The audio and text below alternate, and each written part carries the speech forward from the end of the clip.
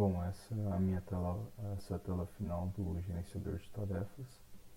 Aqui esses botões servem para fazer o filtro do gerenciador e aqui eu consigo adicionar a minha tarefa. Eu tenho o título, a descrição e o status.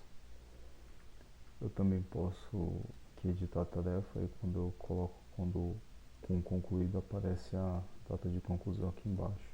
E todas as tarefas elas têm a data de criação. E aqui o botão para fazer o filtro de cada uma das tarefas. Também dá para excluir.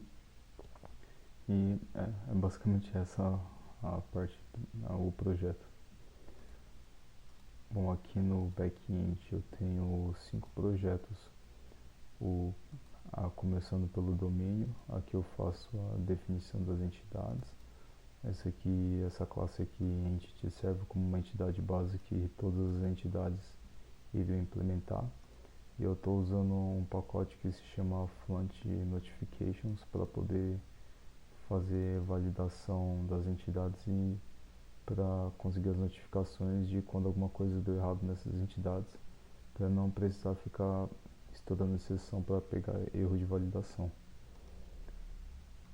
E essa classe também teria funções que poderiam ser reutilizadas por todas as outras entidades.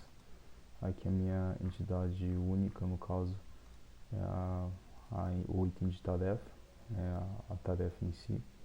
Todas as propriedades tá colocado como private set porque só a entidade pode alterar as propriedades dela para sempre manter ela num estado válido. E eu obriguei a passar valores direto no construtor. Apesar de estar bem travado desse jeito para ordenar essas entidades, salvar esses dados no banco e buscar ele não é problema. Tem os métodos de atualização, aqui é o pacote que eu falei, para poder adicionar as notificações para verificar se a entidade está válida ou não. Eu também tenho tenho um menu de status aqui definido e a interface de repositório, que no caso é implementado pela infraestrutura. Bom, aqui o repositório está usando o contexto do Entity Framework para poder fazer as operações com o banco. E aqui dentro do próprio contexto eu já defino direto tanto a conexão com o banco de dados quanto as configurações de cada uma das tabelas. E a ideia era que dentro dessa pasta, para cada classe que eu precisasse fazer um mapeamento de a entidade para uma tabela do banco de dados, eu ia acrescentando uma classe aqui dentro separada. Aqui eu também poderia colocar no app settings algo do gênero, mas a princípio aqui já é o suficiente para o projeto no caso. Eu também tenho uma aplicação, um projeto de aplicação que basicamente vai orquestrar tanto a união do repositório e orquestrar as entidades também. Começando pelos periféricos, eu tenho essa pasta vai ter as classes da requisição. Então quando chegar uma requisição, o JSON que vem no corpo da requisição vai ser serializado nessas classes. Elas no fundo são DTOs, mas eu separei desse jeito para poder deixar mais claro cada ação. Eu também tenho método de extensão, porque quando chegar a requisição ele não vai estar vindo como string, então eu preciso colocar ele para o próprio enum do domínio, fazer a transformação do próprio enum do domínio. Desse jeito eu consigo fazer reuso de código e não preciso copiar essa parte aqui em todo canto. E todo o retorno que meu service estiver dando vai ser sempre com esse objeto aqui. Assim eu consigo padronizar minha resposta dentro do controller e o controller fica com um código bem mais simplificado. Os DTOs, a princípio, eu nunca vou devolver uma entidade como resposta inteira, então eu uso o DTO para poder devolver a resposta só com o que eu preciso. No caso, como não é para mim ficar manipulando até uma vez que eu instanciar ele é para devolver direto, então por isso que eu coloquei com record. E aqui tem os métodos estáticos para dar de novo reusabilidade de código. Aqui também eu tenho uma exceção específica que eu criei para que interno do sistema, especificamente para quando der algum problema com o banco de dados, vamos dizer assim. E eu tenho uma classe principal aqui da aplicação, que é o service, que é quem vai de fato estar orquestrando as entidades e o próprio repositório. Então ele está dependendo só da interface, e cada método desse aqui ele está cuidando de uma requisição a princípio, mas também não é obrigatório esse modelo, vamos dizer assim, né? Então eu tenho uma função para poder buscar os itens, buscar um item só, todos os itens, fazer o filtro por status, criar, atualizar e excluir a minha tarefa. Bom, aqui na parte da API, que é quem de fato vai estar recebendo as requisições, eu defini um filter. Ele basicamente, toda vez que acontecer uma exceção dentro do sistema, se não foi tratado com try-catch antes, e eu a princípio não fiz isso de propósito, porque eu sei que vai estar caindo aqui e ele fazer o tratamento necessário. A única coisa que ele está fazendo no momento é definir, deu erro no servidor, colocar o status code 500 e ele coloca isso aqui, ele coloca a mensagem de exceção que também vai ser devolvido como resposta. Normalmente não seria feito isso, né? Mas é só para exemplificar que aqui eu conseguiria fazer um log e eu tenho muita liberdade de mexer aqui dentro, no caso. E aí a vantagem é que eu não preciso sair colocando try-catch em muitos lugares no sistema. E aqui eu tenho de fato o controller que vai estar recebendo a requisição e devolvendo a resposta. Como de novo no service eu tenho esse objeto result, que é sempre que ele devolve como padrão eu conseguir criar um método separado só de resposta. Então se o result deu sucesso, devolve ok, se não, devolve o bad request.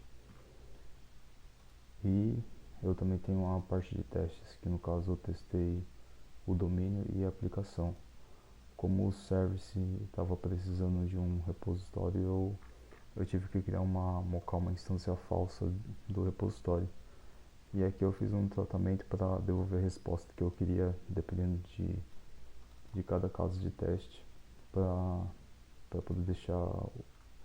poder manipular os testes do jeito que eu precisava. Então, nos testes de domínio, eu separei basicamente o método que está sendo testado, a situação que está sendo testada e o retorno esperado. No caso, por exemplo, eu estou testando o construtor, ele espera, se eu colocar entradas válidas, a entidade tem que sair no estado válido. E aqui esses inline data é para testar vários casos em um método só.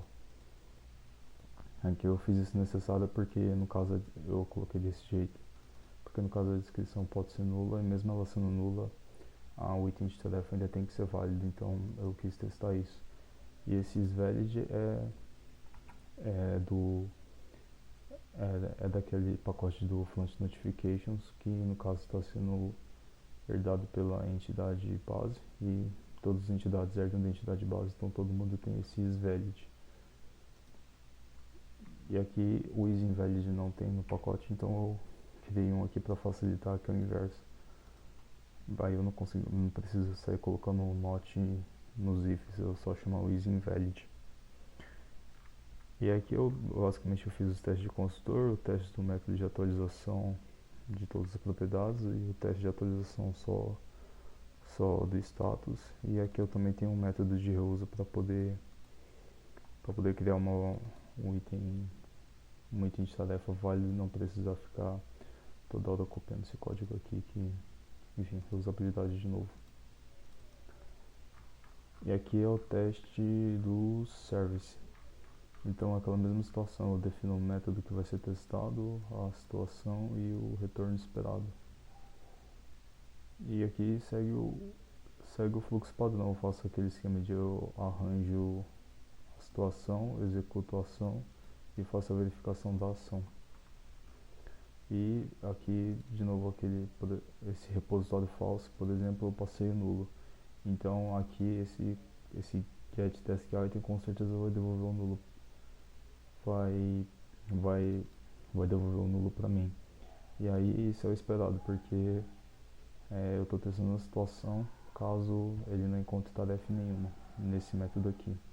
É por isso que o sucesso, caso falso, sucesso esse é o esperado, esse é o movimento esperado.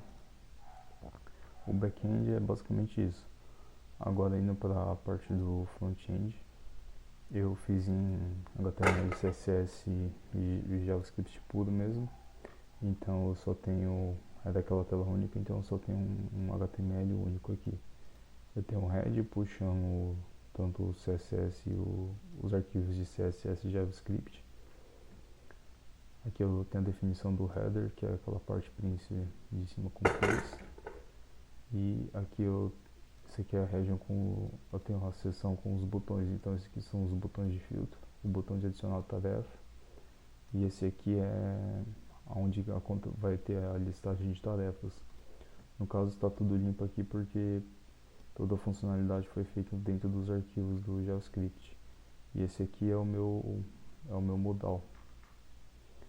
Então aqui eu tenho o arquivo de URL para poder exportar essas URLs e eu não precisar sair copiando isso aqui em todo lugar. Se altera de alguma forma, é só vir alterar dentro desse arquivo aqui. Esse arquivo é basicamente responsável por cuidar das listagens das tarefas e criar esses elementos de tarefa. Então eu tenho aqui a adição das funcionalidades nos botões de filtro. Todos eles vão vir para essa função aqui, que vai de fato fazer a requisição naquele método que busca o status de acordo com busca as tarefas de acordo com o status. E esse aqui é a listagem inicial da página que busca, no caso, todas as minhas tarefas. E essa função aqui, ela é quem de fato adiciona cada elemento de tarefa dentro desse elemento aqui dentro. Então é basicamente isso, eu vou criando os elementos na mão mesmo e dando a funcionalidade para ele. Aqui embaixo eu também, na hora que eu crio o elemento tanto de editar como de excluir, eu já dou a funcionalidade para ele aqui em criação. Então esse botão, quando clicar no botão de excluir, vai cair nessa função que vai fazer a requisição para poder excluir o elemento. E esse aqui é quem dá a funcionalidade para o modal. Então tanto o botão de fechar o modal, abrir o modal, fazer o envio, tanto para salvar, para criar uma nova tarefa ou salvar a edição de uma, e também esconder o modal. Aí aqui eu tenho a função que vai abrir o modal. Essa aqui é a que adiciona salva tarefa, ela verifica se tem que fazer uma atualização, fazer uma criação de uma nova, e aí depois ela já no caso cai nessa função para poder atualizar a lista. E é basicamente isso o projeto.